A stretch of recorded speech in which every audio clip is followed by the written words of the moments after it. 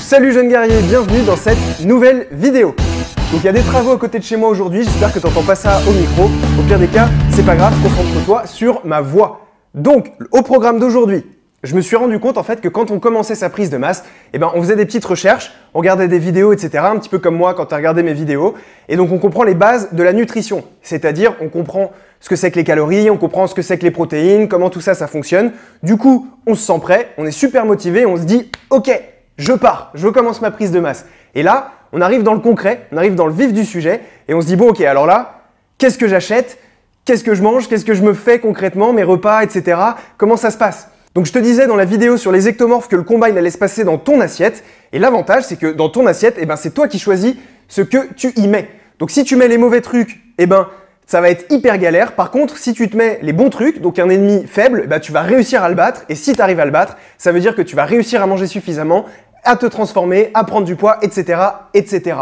Donc le sujet de la vidéo d'aujourd'hui, ça va être tout simplement de t'expliquer comment choisir tes aliments, comment tout ça, ça fonctionne, et je vais te donner donc des aliments concrets, mais je vais surtout t'expliquer le pourquoi du comment pour que tu puisses gérer tout ça par toi-même et que tu sois autonome vis-à-vis de tes repas. Avant cela, petite parenthèse comme d'habitude, si c'est la première fois que tu vois une de mes vidéos, je suis Victor du Guerrier Ectomorphe et ma mission, c'est d'aider toutes les personnes qui galèrent à prendre du poids à enfin y arriver. C'est un problème dont on parle pas assez, on parle souvent des gens qui veulent perdre du poids, mais vouloir prendre du poids, c'est une souffrance tout pareil. Donc si c'est ton cas, que tu te sens concerné, que tu as envie de prendre du poids, abonne-toi à ma chaîne YouTube pour te tenir au courant du contenu. A l'inverse, si tu me connais, que tu as l'habitude de voir mes vidéos, que tu es un jeune guerrier qui a commencé sa prise de masse, n'hésite pas à me mettre un petit pouce bleu dès maintenant pour me montrer ton soutien. Allez, c'est parti, on commence. Première étape, je trouvais ça important de t'expliquer le pourquoi du comment, pas juste te dire fais ça, fais ça, fais ça, parce que si je te dis ça, tu vas jamais devenir autonome et c'est important que tu tires tes propres conclusions parce que vraiment,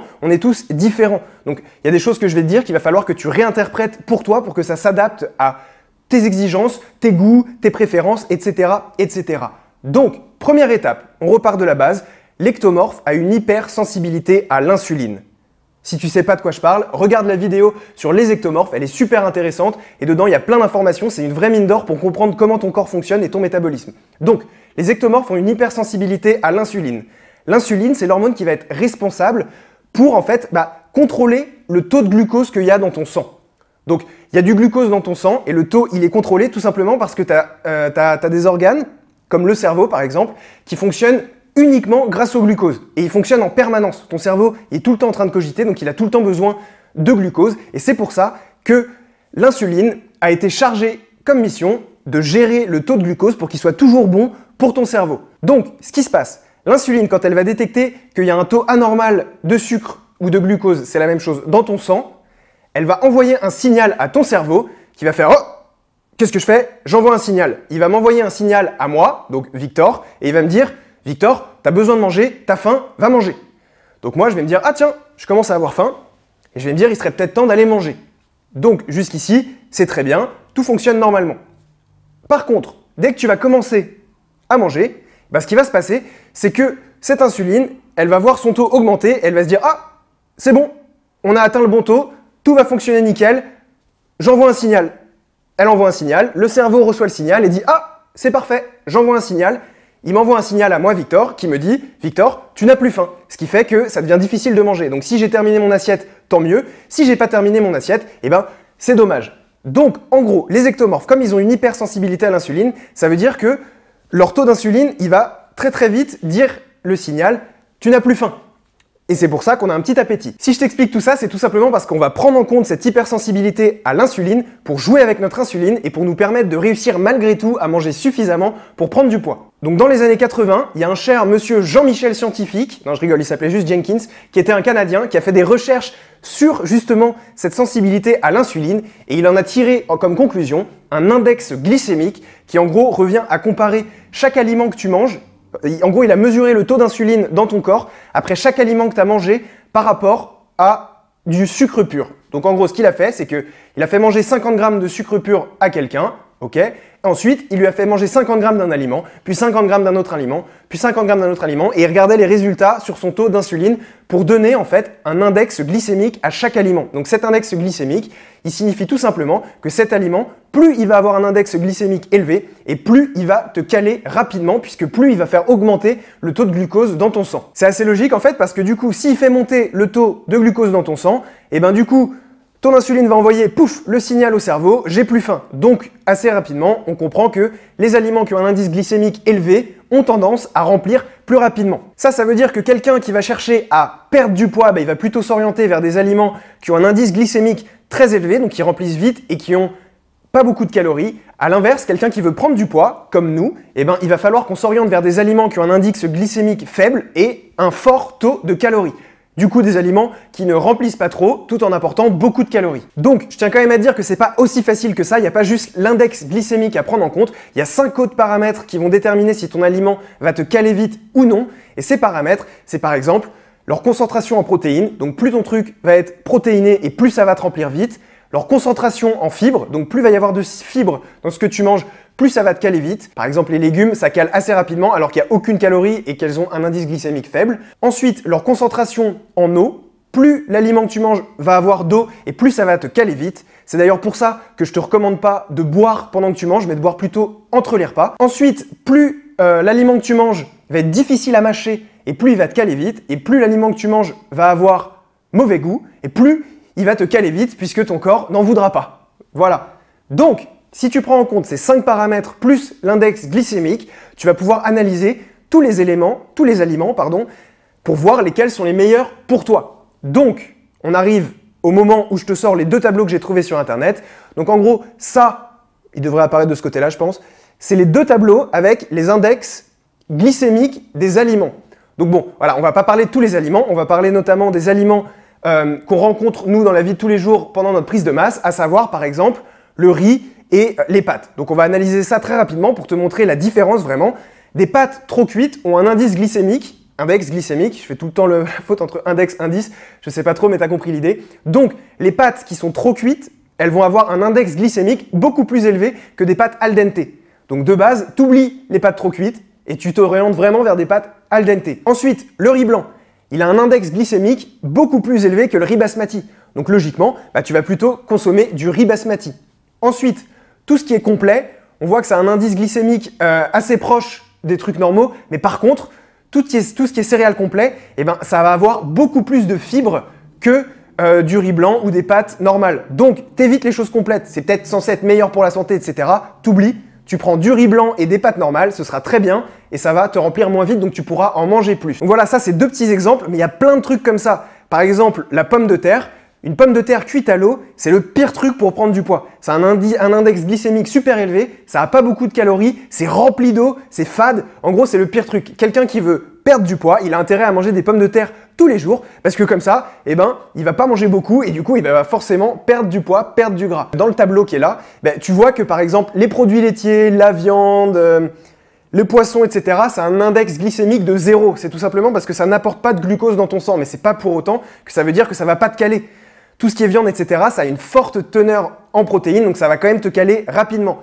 Tout ça pour te dire qu'il y a quand même les 5 autres paramètres à prendre en compte et qu'on ne peut pas juste se fier à ce tableau-là. Maintenant que tout ça c'est dit, que tu as un petit peu compris comment tout ça fonctionnait, je te rassure, j'ai déjà analysé le truc pour toi et donc j'ai fait sortir les aliments qui nous intéressaient les plus, c'est-à-dire les aliments qui avaient un index glycémique faible, tout en ayant soit des protéines, soit des bons lipides, soit des trucs qui vont nous intéresser pour la prise de masse. On retrouve tout ce qui est avocat, huile d'olive, huile en termes général, cacahuètes, noix, noisettes, amandes, beurre de cacahuètes, purée d'amandes, tous les fruits secs. Voilà, t'as compris l'idée. Tous ces trucs-là, ça va être des trucs qui vont être super pour ta prise de masse parce qu'ils vont pas te caler trop vite, ils vont t'apporter des minéraux, des trucs super, tout en apportant plein de calories. Donc c'est vraiment super.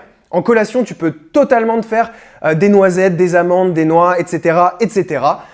Moi, je le fais plus maintenant puisque la salle est fermée, mais avant, j'avais tendance à toujours manger 30 grammes de noix sur le chemin pour aller à la salle de sport. Ça faisait une petite collation, c'était parfait. À cela, tu peux aussi ajouter le chocolat noir et qui est pas là, qui ressort pas avec les tableaux, mais quand même dont je parle souvent, les flocons d'avoine et le yaourt grec. Donc ça te fait déjà une petite liste de trucs que tu es censé avoir chez toi et qui vont t'aider. Dans les aliments que je déconseille, donc comme je te disais, la pomme de terre, tout ce qui est riz complet, pâtes complètes, etc., tout ça, c'est pas top.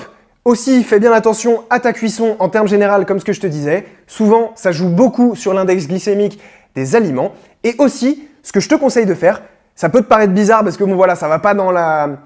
C'est pas ce qu'on entend habituellement, mais je te conseille de limiter les légumes, surtout les légumes verts, c'est-à-dire les brocolis et les haricots verts.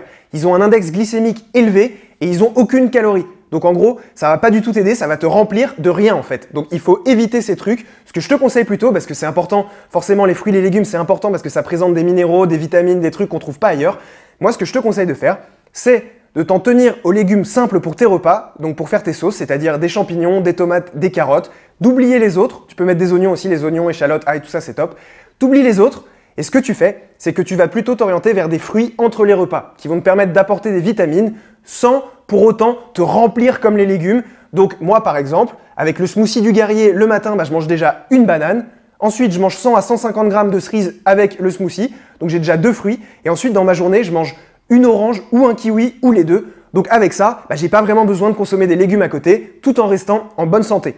C'est pour ça que dans mes repas, généralement, si tu regardes mes vidéos, tu vois souvent, il n'y a pas vraiment beaucoup de légumes, si ce n'est des oignons, des champignons, des trucs qui me servent à faire des sauces.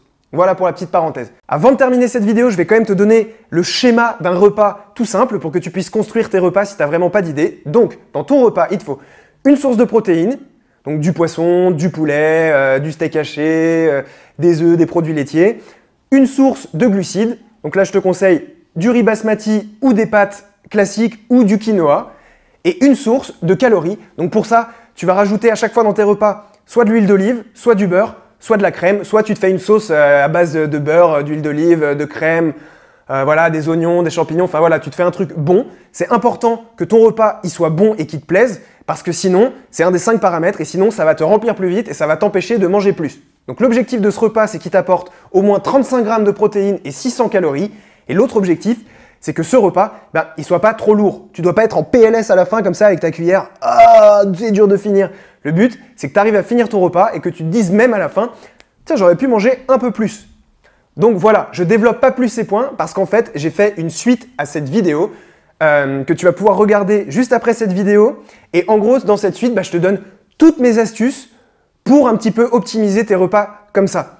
Donc je voulais le faire en 2 vidéos parce que ici, c'était important de te donner la base. Et maintenant que tu as bien compris le principe, dans la vidéo suivante, je vais te donner tous les conseils que je connais en fait pour réussir à manger plus, pour réussir à penser différemment tes repas et pour t'aider donc à atteindre ton besoin en calories. Donc normalement, la suite est déjà sortie, tu peux la regarder avec le lien qui est dans la description. Par contre, si tu regardes ma vidéo là, pile au moment où je la sors, je suis désolé, mais la suite sera disponible que mardi, donc tu vas devoir prendre ton mal en patience, mais déjà avec tous les éléments que je viens de te donner, tu as déjà pas mal de pistes pour améliorer tes repas. On arrive à la fin de cette vidéo, j'espère qu'elle t'a plu, j'espère que tu as kiffé, que tu as appris plein de trucs et que maintenant tu as pris conscience que si tu n'arrivais pas à manger suffisamment jusque-là, c'était peut-être que tu t'y prenais mal et qu'en appliquant quelques petites techniques, en optimisant un petit peu tes repas, ça allait beaucoup mieux se passer et finalement atteindre ton besoin en calories pour prendre du poids, c'est pas si difficile si tu appliques toutes ces petites techniques. Donc, mon conseil, ça reste de t'abonner au Guerrier Ectomorph si c'est pas déjà fait parce que je publie du contenu comme ça très souvent avec plein d'astuces pour manger plus, pour réussir à prendre du poids, prendre du muscle, etc.